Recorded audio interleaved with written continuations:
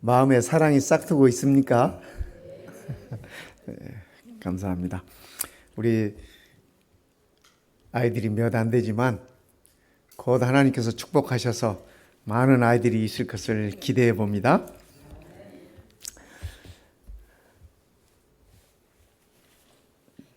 저는 오늘 우리 성도님들과 더불어서 우리 주님께서 왜 제자들을 택하셨나?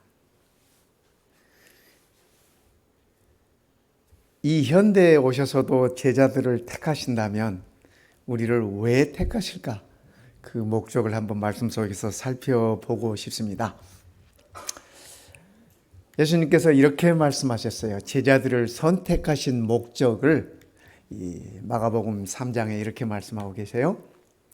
이에 12를 세우셨으니, 12 제자들을 말씀하시는 거죠.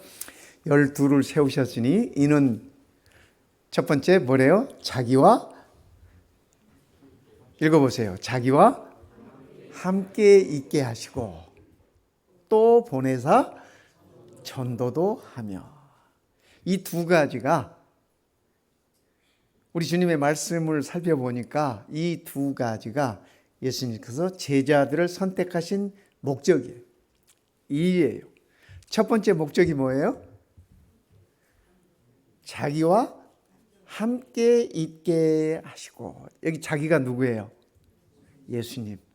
예수님께서 제자들을 선택하신 이유가 제자들이 예수님과 함께 있게 하기 위해서 선택하신 목적이라고 그렇게 말씀하시고, 예수와 함께 있는 자들이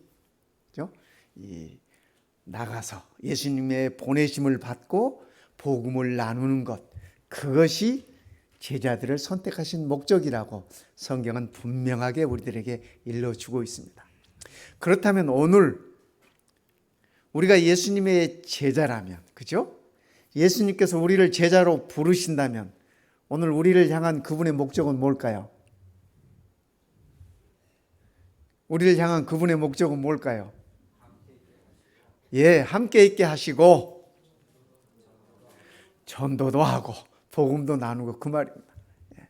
2000년 전이나 2000년 후인 지금이나 예수님의 목적은 변함이 없으십니다. 우리 하나님은 어제나 오늘이나 내일이나 늘 동일하신 분이세요. 그래서 오늘 우리가 예수님의 제자라면, 오늘 우리가 예수님의 제자가 되었다면 우리가 첫 번째 할 일이 뭐예요? 그분과 함께 있는 것입니다. 성경의 창세기부터 요한계시록까지 쭉 살펴보면은 한 목적, 그것은 하나님께서 우리를 사랑하셔서 우리와 함께 계시겠다고 하는 것이 그분의 목적이세요. 그래서 오늘 우리가 그분과 함께 있는 연습을 하셔야 할 것입니다. 그리고 그분과 함께 있는 경험이 없으면 내가 지니고 있는 좋은 것을 나눌 줄도 몰라요. 어떻게 나눠야 할지, 무엇을 나눠야 할지도 모릅니다. 그러나 그분과 함께 있으면 무엇을 어떻게, 왜 나눠야 하는지 그 이유를 알게 되는 것이죠.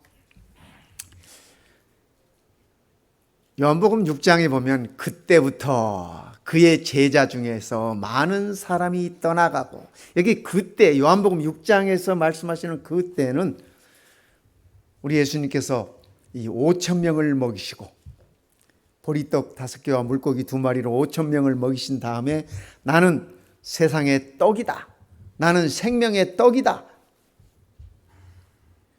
너희 조상들은 광야에서 하나님께서 주시는 만나를 먹고 살았지만은 이제는 내가 주는 생명의 떡을 먹으라고 말씀하시던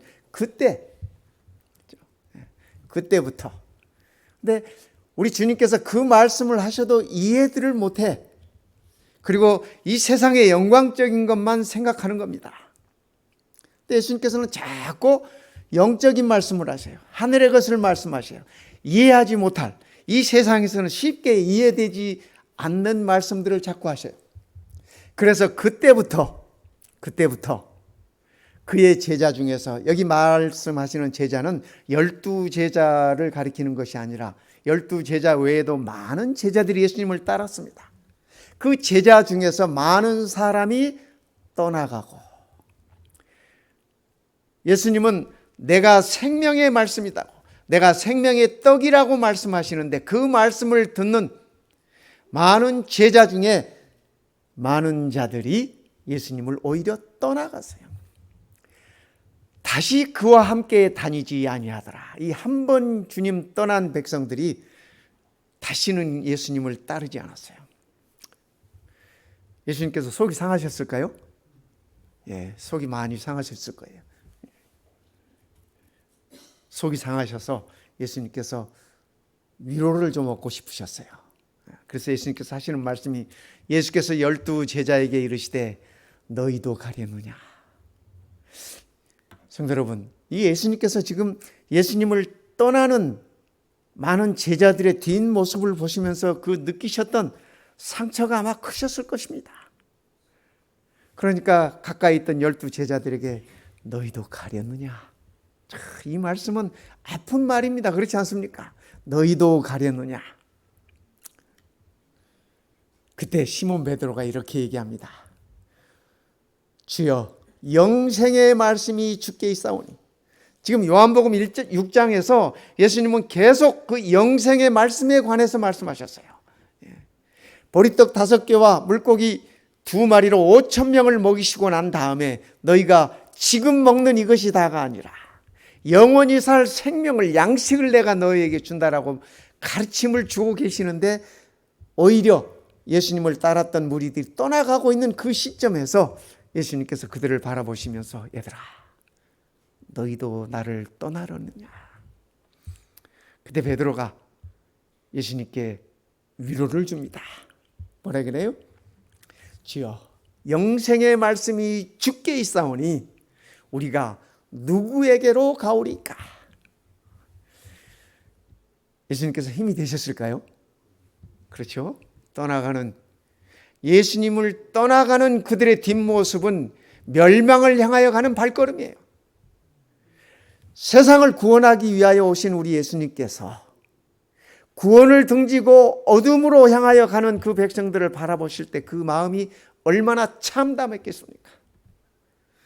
그때 베드로가 주님께 하시는 말씀이, 생명의 말씀이 주님께 있는데 우리가 누구에게로 가겠습니까?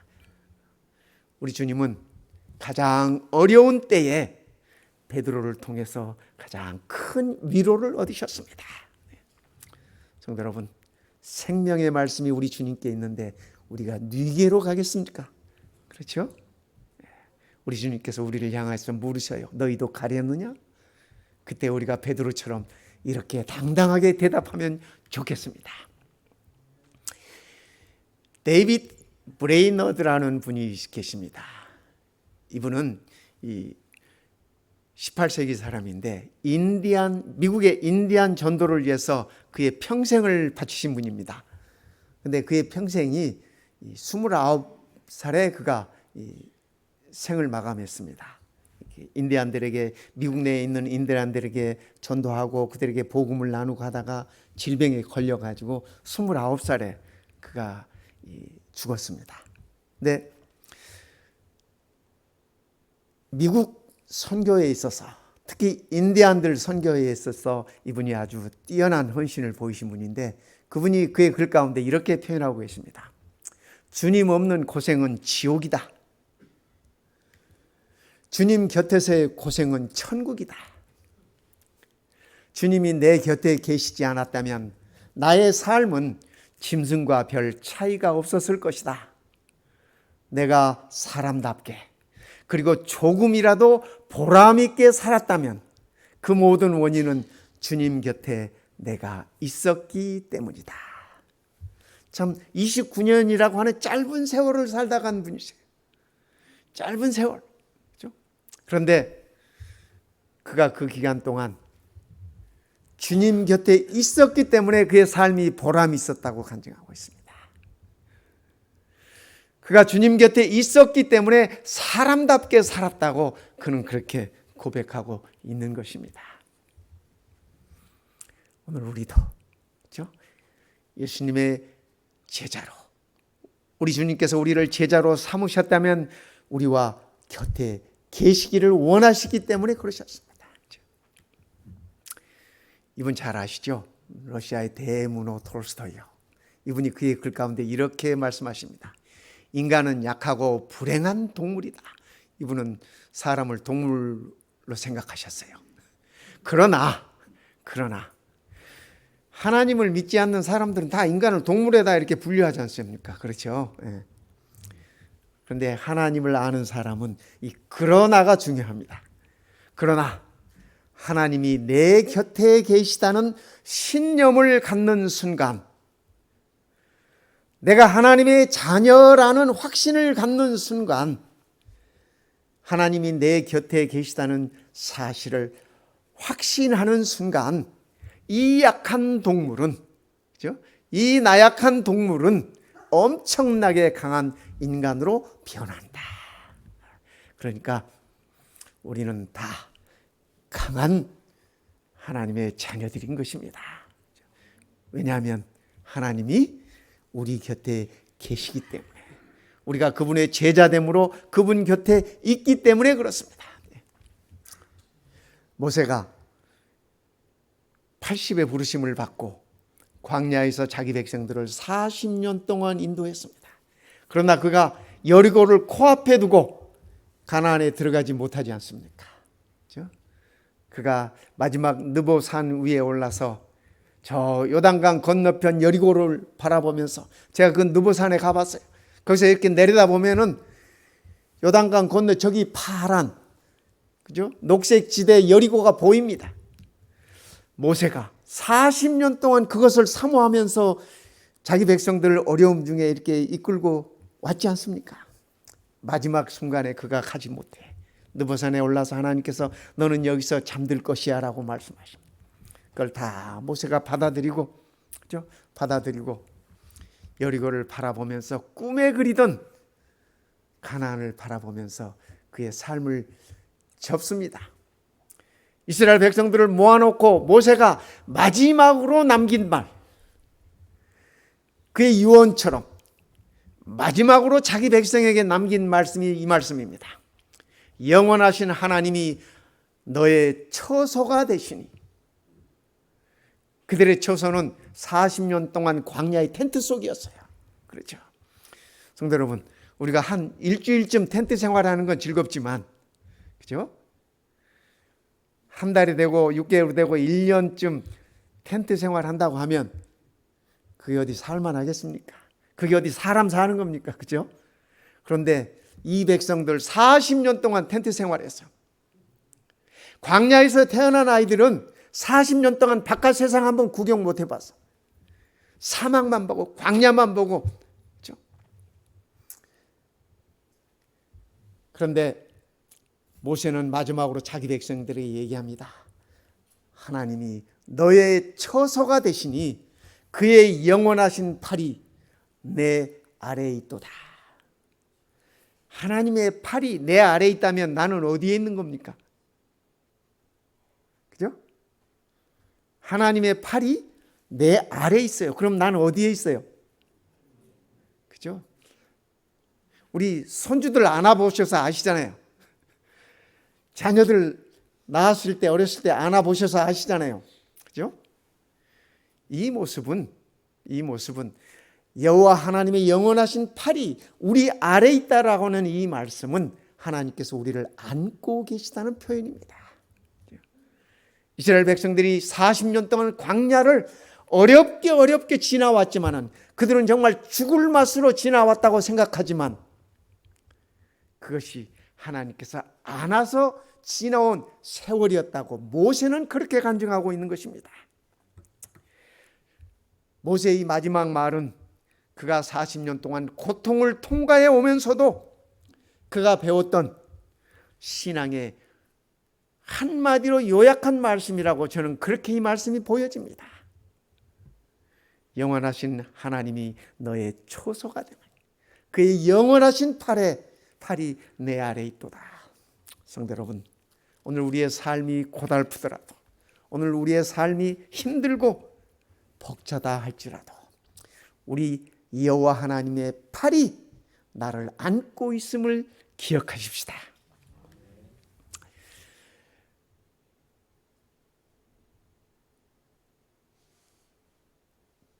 요한은 이 성경에 보면 요한이 별로 말이 없습니다. 제가 사복음서를 다 한번 뒤져봤어요. 요한이 몇 마디나 말했을까? 그가 기록한 요한복음을 제외하고는, 그죠? 요한복음은 그의 기록이니까 그가 기록한 요한복음을 제외하고 이 공관복음에 마태, 마가, 누가복음에 요한이 했던 말은 2마디 기록되어 있더라고요. 그러니까 요한이 뭐 그렇게 베드로처럼 말 많이 한 친구는 아니었던 것 같아요. 요한복음 13장에 이렇게 얘기합니다. 예수의 제자 중 하나가 곧 그가 사랑하시는 자가 예수의 품에 의지하여 누웠는지라. 여기 예수의 제자 중 하나, 예수님께서 사랑하시는 자 누굴까요? 요한입니다. 요한이 차마 자기 이름을 못 적어. 그러면서 예수님께서 사랑하시는 자라고 자기가 사랑받는 제자였음을 그가 이렇게 표현하고 있습니다.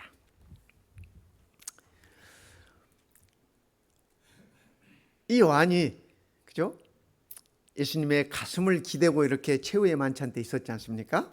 예수님 가슴의 체온을 느낄 수 있었던 사람이 요한이었습니다. 그래서 늘 우리가 아시다시피 요한, 베드로, 야고보 이 세 사람은 12제자 가운데서도 예수님의 그야말로 인너서클, 가장 측근이었습니다.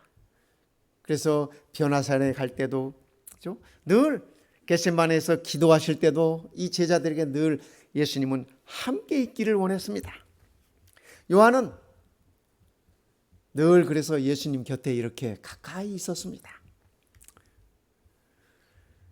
예수님께서 십자가에 돌아가실 때도 다른 제자들이 다 이렇게 물러났지만 요한은 십자가 곁에 있었습니다. 베드로는, 그죠? 가야바의 이 궁전에서 예수님을 부인하고 뛰쳐나가고 십자가 곁에는 없었어요. 다른 제자들도 십자가 곁에 없었어요. 그런데 요한은 예수님의 십자가 곁에 있었습니다. 예수님께서 십자가 위에서 고통 중에 내려다보시면서 자기의 어머니와, 그렇죠? 어머니 마리아와 사랑하시는 제자가 곁에 서 있는 것을 보셨습니다. 우리 예수님께서 보셨어요. 마지막 정말 힘든 그 순간에 사랑하는 제자 요한과 사랑하는 어머니의 모습을 보았을 때 우리 예수님은 그 순간 힘을 얻으셨을 것입니다. 인류를 구속하시기 위한, 인류를 구원하시기 위한 그 마지막 쓴 잔을 아낌없이 마시는 그 순간 우리 주님은 힘을 얻으셨을 것입니다. 그리고 말씀하십니다. 여자여 보소서 아들이니이다. 어머니 아들입니다. 그 얘기예요. 예수님의 이 목소리가 쉽게 나왔겠습니까? 우리 주님은 극심한 고통 가운데 있는 그 순간 어쩌면 혼신의 힘을 다하여 이 한마디를 쏟아내셨을 것입니다. 그리고 하시는 말씀이 또 그 제자에게 이르시되, 요한에게 말씀하시되, 봐라 너의 어머니시다. 나의 어머니였지만 이제부터는 너의 어머니다. 그렇게 말씀하셨어요. 그래서 요한은 그때부터 그 제자가 자기 집에 모시니라. 요한은 에베소에서 예수님의 어머니 마리아, 이제는 그의 어머니가 된 마리아가 죽는 날까지 에베소에서 어머니를 모셨습니다. 그러니까 요한은 예수님께서 가장 힘드신 순간에 예수님과 함께 있었음을 우리는 알 수 있습니다. 요한복음 20장에 보면은 예수님의 무덤을 향하여 뛰어가는 두 사람이 언급되고 있습니다. 베드로와 그 다른 제자가 나가서 무덤으로 갈새 예수님께서 부활하셨다는 소식을 여인들을 통해서 듣고 베드로와 그 다른 제자 누굴까요? 예, 이제 우리 다 알아요. 요한복음에 언급하고 있는 사랑받는 제자랄지 뭐 그 제자랄지 다른 제자랄지 뭐 이렇게 그 다른 제자랄지 이렇게 표현이 나오면 그다 요한을 가리키는 말입니다. 베드로와 그 다른 제자가 나가서 무덤으로 갈새 뛰어가는 것입니다. 둘이 같이 다름질하더니 함께 지금 주님께서 살아나셨다는 소식에 뛰어가고 있는 것입니다. 그 다른 제자가 베드로보다 더 빨리 달려가서, 요한이 왜 더 빨리 갔을까요? 베드로보다 젊었어요. 베드로보다 한참 젊어요. 나이 먹은 사람이 젊은 사람 어찌 쫓아갈 수 있겠습니까? 그렇죠? 그래서 요한이 빨리 간 거야. 더 빨리 달려가서 먼저 무덤에 이르러. 그러니까 무덤에서, 그렇죠? 최후의 만찬에서 온 제자들이 불안한 그 시간에도 요한은 예수님과 함께 있었고 예수님 품에 그의 머리를 기대고 공포가 가득한 죄수들이 죽는 현장에서, 그 두려운 현장에서도 요한은 예수님과 같이 있었고 예수께서 부활하셨다고 하는 그 죽음의 묘지로 향하는 길에도 요한은 주님 곁에 있었다고 하는 사실을 우리는 성경을 통해서 알 수 있습니다. 늘 주님과 함께 있었다고 하는 것은 요한이 그의 생명을 다하여 주님을 사랑했다고 하는 증거인 것입니다. 성도 여러분, 오늘 우리도 예수님의 제자로서 늘 주님과 함께 있는 것을 우리가 연습해야 할 것입니다. 훈련해야 할 것입니다. 우리가 주님과 함께 있는 것은 말씀으로 함께 있고, 우리가 주님과 함께 있는 것은 찬양으로 함께 있고, 우리가 주님과 함께 있는 것은 겸손히 기도함으로 함께 있는 것입니다. 그래서 우리는 그분의 제자로서, 그분의 택함 받은 제자로서 그분과 함께 있는 연습을 해야 할 것입니다. 12제자 가운데 또 한 제자 이야기를 드리고 싶습니다. 요한의 말을 듣고 예수를 따르는 두 사람 중에 하나는 시몬 베드로의 형제 안드레라. 여기 안드레라는 제자가 처음 등장합니다. 그런데 이 안드레는 참 재밌는 제자예요. 사복음서를 살펴볼 것 같으면 안드레가 나타나는 자리에 꼭 누군가 사람을 데려와요. 꼭 누군가 사람을 데려옵니다. 그가 먼저 자기의 형제 시몬을 찾아, 여기 시몬은 베드로예요. 자기 형제 시몬을 찾아 말하되 우리가 메시아를 만났다 하고 데리고 예수께 오니. 그러니까 시몬을, 베드로를 예수님께 데리고 온 사람이 누구예요? 안드레예요. 안드레. 그죠? 안드레, 그의 형제 안드레. 그래서 안드레가 예수님께 자기 형 베드로를 데리고 온 겁니다. 근데 12제자 가운데 베드로는 으뜸 제자였잖아요. 그죠? 안드레는 사복음서 이렇게 살펴보면 늘 뭐랄까, 드라마로 치면 조연이야, 조연. 베드로는 주연이고 티나지 않게 늘, 하지만 필요한 때 나타나서 예수님께, 그죠? 무언가를, 사람들을 인도하는 모습을 우리는 볼 수 있습니다.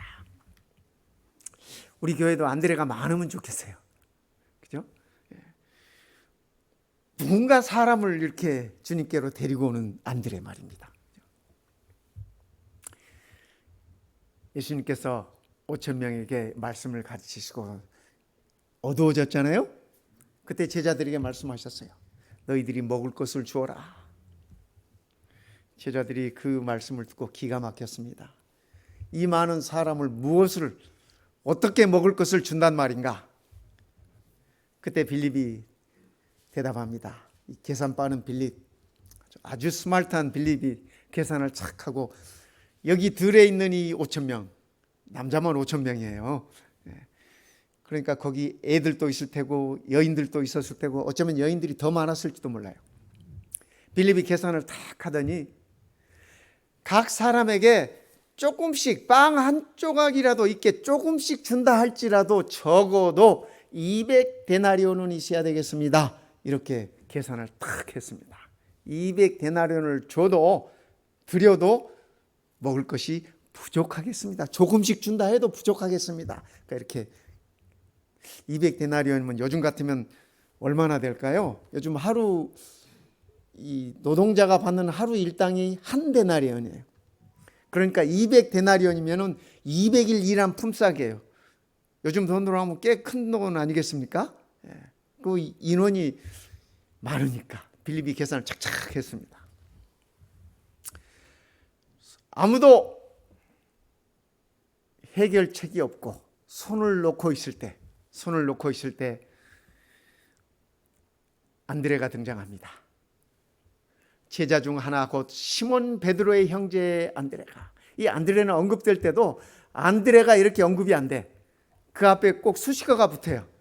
누구의 동생, 누구의 형제, 그러지 않습니까? 우리 여인들도 그러잖아요. 결혼하기 전에는 이름이 있어. 결혼하고 나면 뭐 미세스 킴, 미세스 리 이름을 잊어버려. 아이 낳고 나면은 아무개 엄마 뭐 이렇게, 그죠? 꼭 수식어가 붙지 않습니까? 이름은 잊어버리고. 안드레가 그런 사람이었어요. 그런데 그 안드레가 예수께 여짜오되 여기 한 아이가 있어 보리떡 5개와 물고기 2마리를 가졌나이다. 이렇게 얘기합니다. 빌립이 계산하는 동안 다른 제자들이 뭐 궁리하는 동안 안드레는 주변을 살펴보았어요. 혹시 우리 주님께 뭐 도움이 될 만한 거 없을까? 그는 이렇게 살펴본 것입니다. 그리고 보리떡 5개와 물고기 2마리 가지고 있는 한 아이를 발견하고 그를 예수님께 데려와요. 그리고 하는 말이 그러나 이것이 이 많은 사람에게 얼마나 되겠습니까? 자기가 생각해도 이건 말이 안 돼. 그렇지 않습니까? 어쩌면 안드레 생각에, 그죠? 예수님께 이거를 가지고 왔지만은 이게 무슨 효용이 있을까? 그런 생각을 했을지 모르겠습니다. 저는 오늘 우리 아이들이 이렇게 찬양하는 모습을 보면서 그런 생각을 했습니다. 이 아이들이 보리떡 5개 들고 있는 아이들이 아닐까? 그런 생각을 해봤습니다. 스코틀랜드의 쉘콕이라는 곳에 이 전도 집회가 열렸습니다. 이 작은 마을이기 때문에 뭐 전도 집회 해도 우리말로 표현하면 팔이 날리고 있어요. 찾아오는 사람도 없고 새로 오는 사람도 없고. 그런데 그 전도 집회에 이 마지막 날 헌금하는 시간이 있었습니다. 헌금하는 시간에 이렇게 헌금을 하는데 한 작은 소년이 이 단 앞으로 이렇게 나왔습니다. 나와서 목사님에게 하는 말씀이, 그 전도 집회를 인도하고 있는 목사님께 하시는 말씀이, 목사님, 저는 가진 것이 없어서 드릴 것이 없습니다. 어린아이가 뭐가 있겠어요? 하지만 제 몸을 하나님께 드리겠습니다. 라고 이 어린 소년이 약속을 했어요. 그 약속을 한 그 소년이 그 전도 집회에서 단 한 명의 영혼도 구원하지 못했지만은 그날 그 전도 집회에 참석했던 이 어린아이가 후에 아프리카 대륙을 복음의 빛으로 물들인 리빙스톤이었어요. 그가 어린 시절에. 그러니까 성도 여러분, 그 전도 집회는 그 어떤 집회보다도 훌륭한 열매를 맺은 전도 집회였습니다. 우리도, 그죠? 우리도 이런 열매가 우리 눈에는 없다 할지라도 이런 계획들을 하고 이런 집회들을 했으면 좋겠습니다.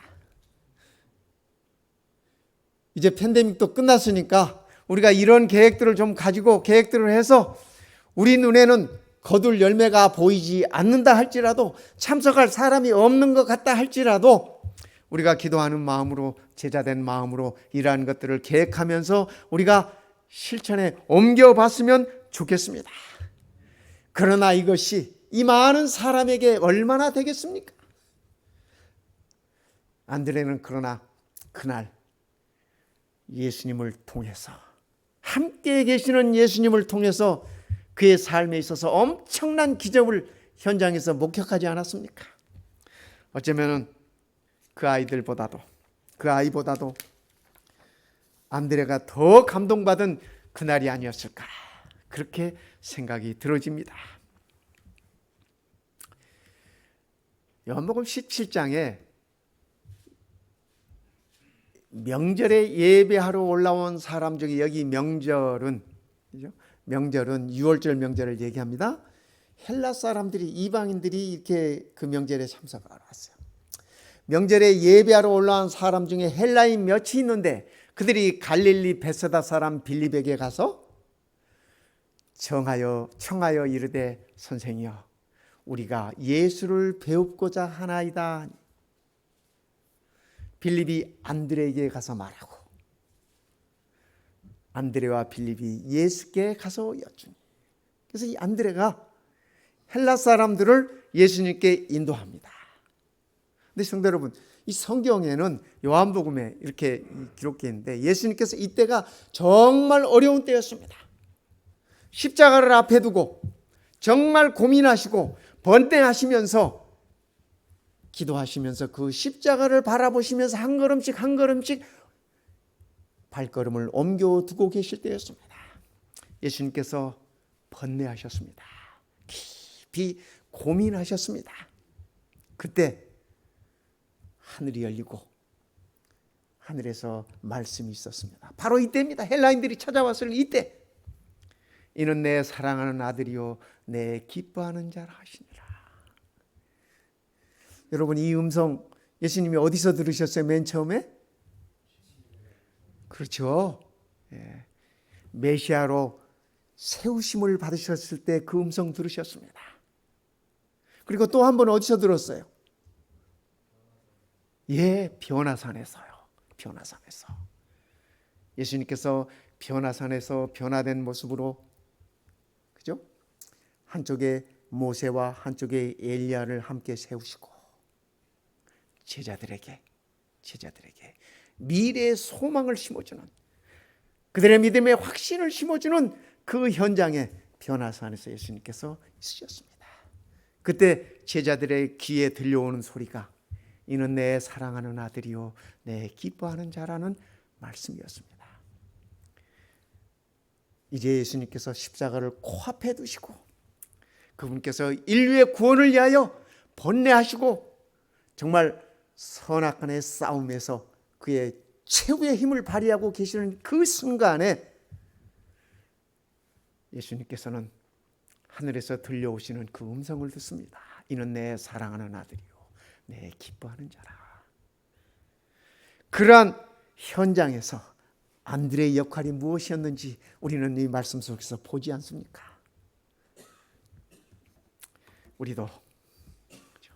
우리도 이 안드레처럼 말입니다. 요한처럼 말입니다. 베드로처럼 말입니다. 그렇게 늘 주님 곁에 있으면 좋겠습니다. 어려운 시간에 동료들을 격려하면서 환난의 시대를 극복할 수 있는 힘을 예수님께도 드리고 제자들에게도 함께 나누었던 베드로의 모습처럼 불안과 배신의 만찬 속에서 공포의 갈바리에서 절망의 무덤에서도 함께한 요한처럼 말입니다. 기적의 씨를 보여주고 베드로를 앞세우고 세계 소망이 되시는 예수를 증거한 이 안드레처럼 말입니다. 그들은 모두가 주님 곁에 늘 있었던 자들의 표본입니다. 어쩌면 안드레는 그들의 유대인들의 고정관념을 뛰어넘어 이방인을 주님께로 안내한, 어쩌면 이방 선교의 선구자이기도 합니다. 예수님의 사역을 통해서 예수님께서 이방인들도 거두시고 이방인들도 사랑하시는 모습들을 보면서 안드레는 그의 유대인으로서의 모든 관념을, 고정관념을 깨트린 것 같습니다. 성도 여러분, 오늘 우리도 이 제자들처럼 늘 주님 곁에 계십시다. 예수님께서 말씀하셨어요. 열두를 세우시면서 자기와 함께 있게 하시고 또 보내사 전도도 하기 위하여 제자들을 부르셨다고 말씀입니다. 오늘 우리도 이 말씀을 꼭 기억하십시다. 예수님께서 우리를 부르신 첫 번째 목적은 그분 곁에 우리가 있게 하기 위해서 우리를 부르셨습니다. 그리고 그 좋은 것, 그 좋은 소식을 함께 나누도록 우리를 부르셨다고 하는 사실입니다. 여리고를 지나면서 예수님께서 삭개오에게 이렇게 말씀하셨어요. 우러러 보시고 이르시되 삭개오야 속히 내려오라. 내가 오늘 너의 집에 유하여야겠다 하시니. 오늘 우리 주님께서 우리 모두에게 이렇게 초청하십니다. 내가 오늘 너희 집에 거하겠다. 내가 오늘 너와 함께 있겠다. 이렇게 말씀하시는 것입니다. 우리 주님께서 이 땅에서 마지막으로 우리에게 주신 말씀이 이 말씀이셨습니다. 볼지어다 내가 세상 끝날까지 너희와 항상 함께 있으리라. 성도 여러분, 여기 세상 끝날이 언제일까요?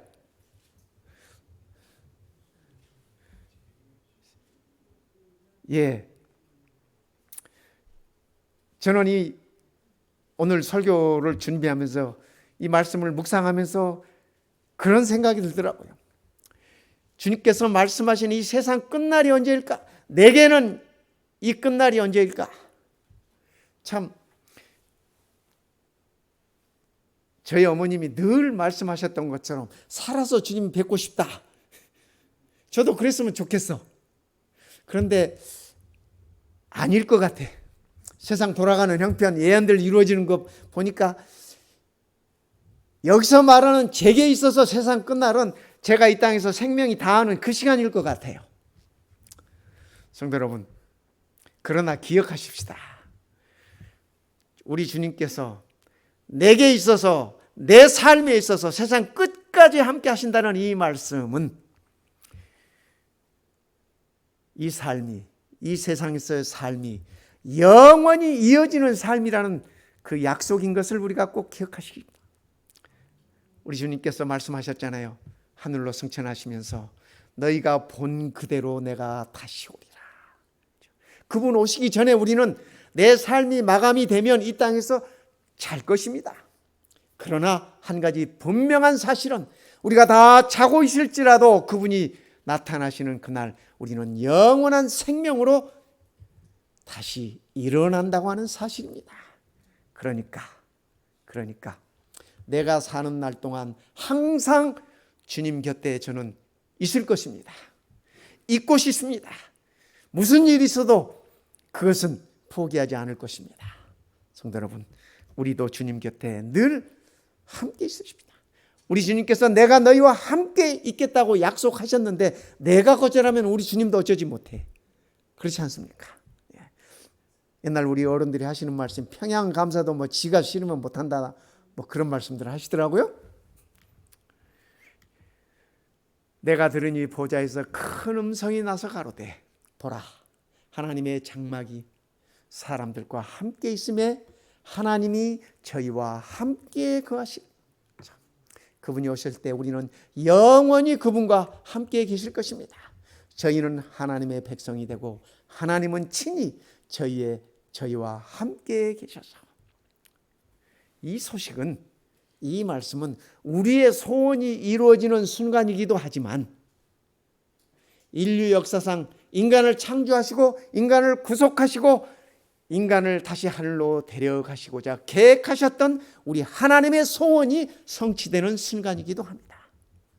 그날까지 성도 여러분, 우리가 항상 우리 주님과 함께 있어야 할 것입니다. 우리가 가끔 이런 모습을 상상하지 않습니까? 천국에서 주님과 함께, 사자와 함께. 이 사자 잘생겼죠? 또 이렇게 호랑이와 함께, 우리 주님과 함께 이렇게 천국에서 지날 것을 꿈꿔보지 않습니까? 그렇죠? 그러려면은 이 꿈이 우리에게 현실로 오려면 우리가 이 땅에 있는 동안 이렇게 주님과 함께 있는 연습을 해야 돼요. 주님 곁에 있는 연습을 해야 되는 것입니다. 그렇죠? 이 아이처럼 말입니다. 이 그림처럼 말입니다. 주님 손 꼭 잡고 주님과 함께 우리가 간다면, 늘 주님 곁에 있으면서 우리가 지니고 있는 이 좋은 소식을 나눈다고 하면 우리는 우리 주님과 더불어 영원히 함께 하실 것입니다. 오늘 우리도 항상 주님 곁에 계십시다.